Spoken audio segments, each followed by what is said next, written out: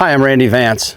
I'm with the Yamaha folks, and they're about to begin a new chapter of their Right Waters program, which is designed to help restore the environment, be sustainable in all of their manufacturing operations. And I'm with Joshua Greer, who happens to be the manager of that program. Tell me what's going on here today, Joshua. Hey, happy to be here, Randy. Today we are supporting a project that's being put on by Georgia Southern University. We're going to be putting out oyster reefs in an effort to get a better understanding of what their carbon sequestration value is going to be. Now, how do you measure their carbon sequestration?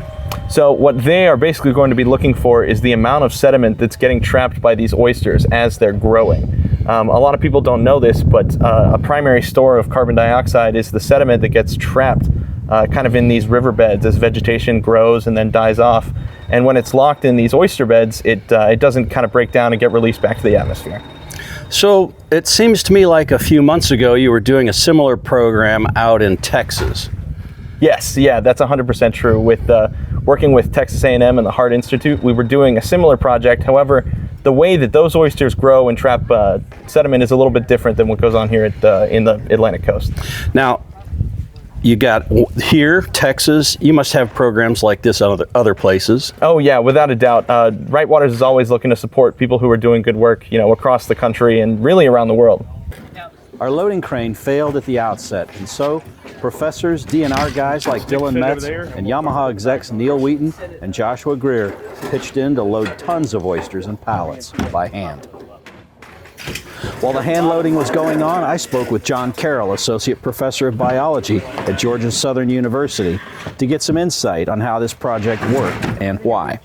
The DNR has been doing oyster restoration for a number of years, and they have a lot of projects all up and down the coast. And this is basically the technique that they've been doing. And so my lab is interested in the things that affect how the oysters grow and then the benefits the oysters have to the ecosystem.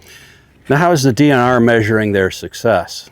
So they do drone images to look at the footprints of the reefs and see how things are changing around the reefs. They sample their bags annually to make sure that new oysters are growing on the bags and basically sustaining a population.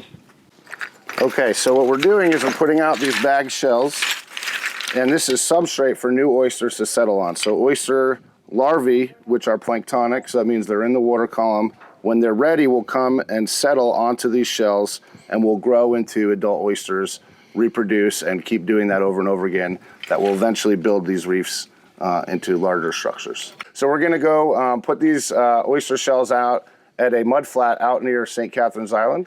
And essentially you've got marsh structure, and then in front of the marsh structure, that's just like this here, it's just some empty mud. And so by putting oysters there, by putting these oyster bags there, we're gonna be able to attract new oyster larvae and new oysters to grow, and that'll help sort of increase the marsh grass, accrete sediment behind the reefs, and essentially protect that shoreline.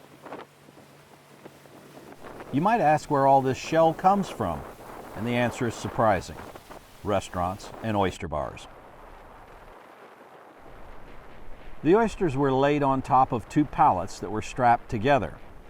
Paul Metter of the Georgia DNR explains the process of setting them out and how the two-pallet system works. So the two pallets is something that we came up with. We set some out with one pallet at one point, and they sank too deep in the mud, and once the mud covered over them, then the spat will not recruit to them. And so this is something that we developed using two pallets, because the first pallet, there's just enough weight on these with this number of oyster shells to keep the pallet in the mud where it won't float. So fine balance, sometimes it'll start floating and we'll throw a couple extra bags on there.